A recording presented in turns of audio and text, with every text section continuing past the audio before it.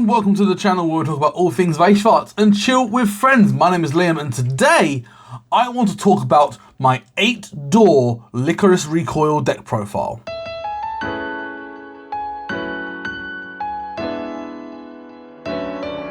Now if you are new to the channel, please consider hitting that subscribe button, and if you enjoy what we do here, please let me know by hitting that like button. As well as that, check out my other social medias on Twitch, on X and on Discord. Links are down in the description below. But let's jump straight in. So it's been a while since I've done a deck profile, and I've recently acquired Lycoris Recoil in Japanese, and I thought with Lycoris Recoil coming out in the English format in March 2024, I thought I'd show off my deck build, which I think for the English meta is probably the build to play. But as always, if you've got any recommendations that you would change with the deck, please let me know in the comments below. And what is your favourite build of Lycoris Recoil? Again, just let me know down below. Starting off with the level 0 game, we run 3 copies of the level 0 Majima double rare. It is on play if you have another traded character against 2000 power for the turn, and when this card becomes reversed, you may discard 1 card from your hand, and if you do, look at up to the top 4 cards of your deck and add a trait character amongst those. Really good starting way of fixing your early hand, and it's just a very solid 3-of in this deck. You'll notice in this deck there are a lot of 3-ofs in the level 0s. Talking of another level 3, we run the double rare Takina level 0. It is during your turn, as long as all of your characters are trait, Lycoris Recoil or the group, this card gains 2000 power. And then also, when another one of your Lycoris Recoil or other trait character is attacked, you may pay 1, put this card from stage to waiting room, and if you do, return the front attacked card back to your hand. Really fantastic way of recycling your level 1 game, ensuring that you can actually constantly loop that, as well as keeping any other important cards alive. Really solid card as a 3-of, and there is a bit of synergy in the late game as well, so it's important to run this card at least as a 3-of. We also run 3 copies of the Fuki. The Fuki is when one of your character direct attacks, you may choose one of your opponent's character in their front center stage and give it -1000 power. That's any character direct attacks, as long as this is on the stage anywhere. And also you may send this card to clock, and if you do, look at up to top 4 for a traded character. A really solid card, a fantastic way of fixing your blue color requirements as well. This card is actually not, I would run as a 4-of if I had the space. I do not have the space, so it is just a 3-of, and 3-of tends to be absolutely fine in this deck. We run another 3-of, we run the 3-of Mizuki. This Mizuki is when this card is played from stage to hand, choose one of your opponent's characters in the front row and give it -1000 power. And also, when this card is sent from stage to waiting room, you may discard a card, and if you do, you may look at up to top 4 cards of your deck and grab a level 1 or higher card. So again, another card that goes through top 4. That's 9 cards already that looks at top 4 cards of your deck. You'll notice in this deck that there are actually 17 cards that do that. Plus a top X as well, so the deck speed of this deck is actually kind of nuts. But yeah, we run this as a 3-of. The power down is extremely useful, and a Gregory effect is a Gregory effect. It's pretty good. We also run 2 copies of the Kurumi Brainstorm.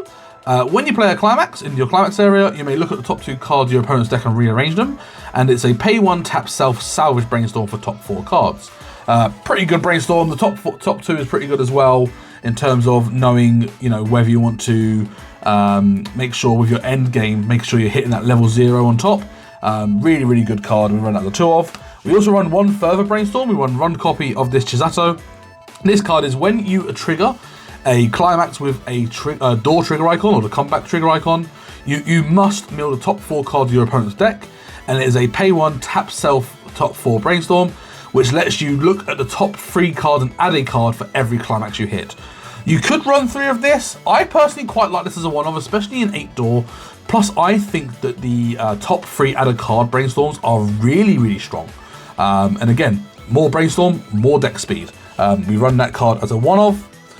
Now we go to our 1s-of in the level 0s that aren't just the Brainstorms. We run 1 copy of this Mizuki. This Mizuki is when this card is played from stage to hand, you may discard a climax from your hand and send a character from your stage to your waiting room, and if you do, you may get a climax from your waiting room and add it to your hand. So it's a climax swapper, but it's not any normal climax swapper. It's a climax swapper that, rather than having to pay 1 and discard the climax, it is sack a character. So when in this deck, the stock usage can be quite volatile in this deck. being able to use a climax swapper that doesn't require you to pay stock is really useful. However, if you do want to go the more conventional route, you can use the Takina. We also run this as a one-off. It's a pay one, discard a climax, salvage climax. And also, when this card is played from stage to hand, if your opponent has one or fewer cards in their center stage, you may choose a cost 0 amongst that cards, i.e. basically if it's a cost 0 front row, you may send that card to the bottom of your opponent's deck. Really solid card, and the fact it hits cost 0s and not just level 0s is really, really nice and can disrupt a lot of decks. So one of this is pretty good. So running 2 climax swappers, but one of each just for the flexibility, I guess. Moving into the final parts of our game, we run 1 copy of the trial deck Mizuki Drop Search. It is on play and on death, on send from stage to waiting room. You may pay 1, discard a card, search for a trait character. Really, really nice card. And again, this combos quite nicely with this, where if you play this, you get a drop search. You then play this, sack this off, oh, you get another drop search. It's pretty cool, with nice little synergies that go on there. And the fact that it's on death and on play means that if you do open this card, it's really not the end of the world, because you can still play it, you can attack with it, and then it dies the next turn, and then you can still get the drop search regardless. So this card is really, really nice as a one-off. The final card we run is this Chisato. It is on play, discard a trait character to draw 1, and on play, discard a climax, salvage a character. Really, really good little use here. The extra bit of draw, extra bit of discarding if you need to and get rid of climaxes from your hand. It's just a really, really nice card as a one-off. I don't think you need more than that. It's just a nice utility card. And that is your level 0 lineup. Moving on to our mid-game, our level 1s, we run 4 copies of the Door Climax combo, the Takina and Chisato. This is, as long as all of your characters are trait, it gains 1000 power cross turn, so it's 5/5 basically. And then also, when this card attacks, if you have the Door Climax in play, you may look up to the top 4 cards of your deck, add a trait character amongst those, and then choose one of your opponent's character and give it the following effect until the end of your opponent's next turn. That card cannot move position on stage. It combos with the first Door, which is this one here. We run 4 copies of that. But this combo, whilst an on-attack Maguro is not the best combo in the world, the fact that it locks stuff in a format where there's a lot of standby, a lot of cards that are getting cards, playing cards to the back row, leaving it there and dealing with it later, this card is really, really nice. And I genuinely believe that this is better than the Pants combo in this deck, especially in English format. Yes, you've got to deal with Overlord, but Overlord is something you just have to work around with, I guess. But when you've got 8 standby Hololive, when you've got 8 standby Quince, you've got 8 standby 7 Deadly Sins if it comes up, you know what I mean? Like this deck, this card just helps you stop your opponent doing what they want to do. Especially, again, standby X Hololive. When, they want to stand by their Ames or they want to stand by out their Goodas. No, you can do that and you can have it out if you want, but it's not doing anything. It's just going to sit there looking pretty. It's a really, really nice card, and I really, really rate this. We also run 3 copies of this Chisato. It is all of your opponent's characters get Encore 2. And also, when this card attacks, if you have a climax in play, you may reveal the top card of your deck, and if that card is a level 1 or higher, you may send that card to stock. So basically, it's similar to the Mel from Hololive. Now, this card normally works better with the Pants, funnily enough, with the Pants level 1 combo, because you get the top 2 check after you've done your cigarettes combo. However, I still think it's a necessary card in this deck. In Pants, you probably run this as a 4-of. I think 3-of in this deck is absolutely fine. Just for that opportunity to try and gain some more stock when, the deck is quite stock heavy, or stock thirsty, should I say. And yeah, I think it's just a really, really good card. It's 6/5 with the climax. It's going to go over most level 1s. It's just a rather nice card. We also run 4 copies of the 1-0 top 4 event, another card that mills top 4, or looks at top 4. So first of all, you must have a character in play to play this card, and then on play, you may look at top 4, add a card, add a character amongst those to hand, get rid of the rest, and then also, you may level swap. So, what I see myself doing quite a lot of the time is preparing to go into level 1. I tend to level up blue. I then play this event, fix to red, and then play my red combos. So having this is really, really nice. Again, more deck speed.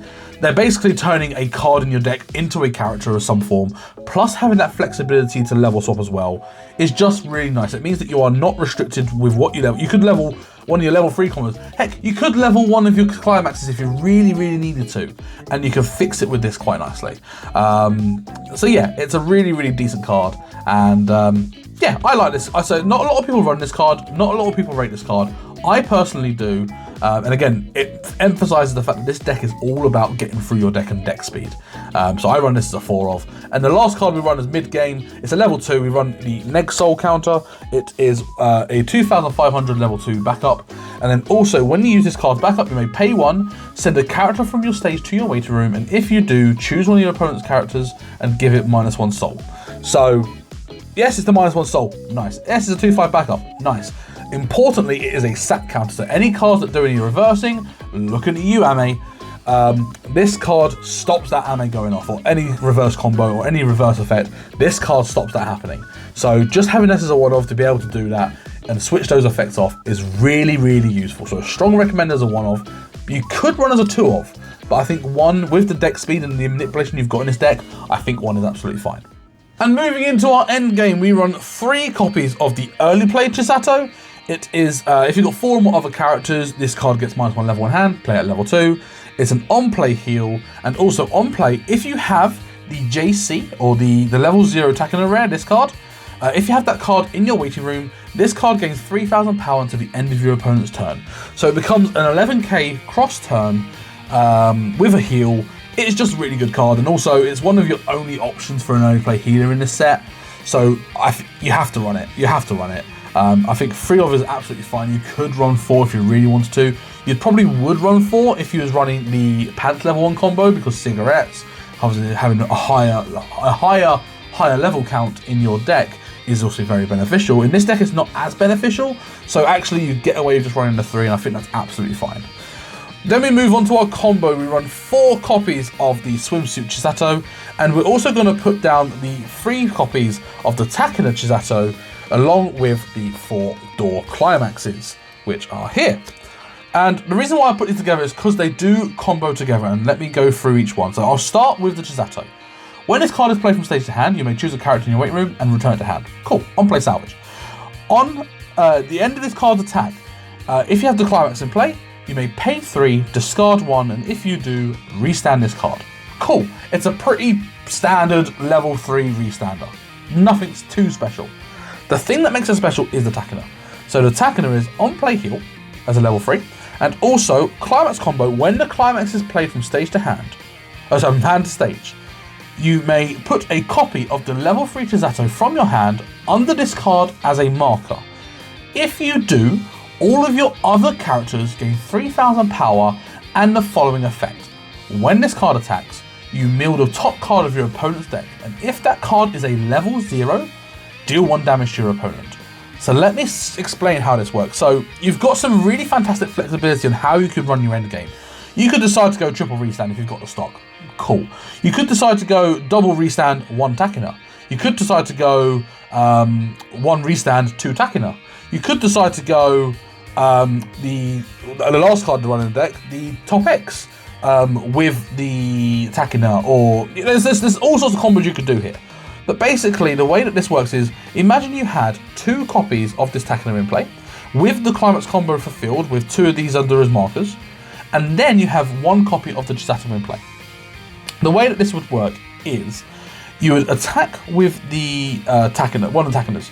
Basically, what the other Takina gives it on attack, mill top card of your opponent's deck. Cool. You've then got the Chisato. So the Chisato is gaining the effect from both Takinas, so it will be on attack, mill 1, if it's level 0, burn 1. Mill 1, if it's level 0, burn 1. And then it finishes its attack. And then you restand, and then attack again, on attack. Mill top, if it's level 0, burn 1. Mill top, if it's level 0, burn 1. So you can really cycle this around. You can really focus on the restand effects, or you can restand on the mill and burn ones. And you can assess what your game state and what your opponent's deck state is to decide which route to go with. So the flexibility of your end game is really, really nice. It is not as linear as a normal level 3 end game where it's just like, yeah, we're just going to play level 3. Yes, we're going to play combo. Fantastic, off we go. It is a much more thought out process with these level 3s. And I really, really like that about this deck. So That are the level 3 combos and with the final door. And like I said, we do run one copy of the top X from the trial deck. It's an on-play look at top X, add a card amongst those, X equal to the number of characters you have. And also it's an off-climax finisher, where it's on attack, you may discard 2, and if you do, burn 1. So if for whatever reason you can't get the stock for all of this, and you gotta have a little bit of spare hand, you can just get an on-attack burn 1, which is quite nice. And again, a top X where if you need to dig for the climax, you can do. So it's really, really beneficial to have. And as a one-off, I think it's absolutely fine as a utility level 3. And that's the deck list. I hope you enjoyed this. I hope you enjoyed my take on Lycoris Recoil. What do you think? Do you think this deck is pretty good? Do you think it will stand up in the English meta? Or do you think it will just be a bog standard tier 3, low tier 2 deck? My personal opinion, it's not going to be tier 1. It's not going to be the best deck in the format. It's not going to be a strong competitor. I think it's going to be a decent rogue deck, but strong enough to not be tier 4, if you know what I mean. So it's a deck that you don't expect to see. However, in its own right, it is still a pretty okay good deck. And I personally really enjoy it. I really enjoy Lycoris Recoil as a license, as an IP. I think it's a really, really cool anime. I look forward to seeing season 2. I look forward to seeing whether that brings another set for Weishwartz as well. This is my deck anyway. What do you think? Would you prefer to run the level 1 pants combo, or do you like the 8-door effects, the 8-door deck in the English format? Let me know in the comments below. But that's it for today's video. Thank you so much for watching. Again, if you are new here, please consider hitting that subscribe button. And if you enjoy what we do here and enjoyed this video, please let me know by hitting that like button. As well as that, check out my other socials on Twitter, on X, and on Discord. Links down in the description below.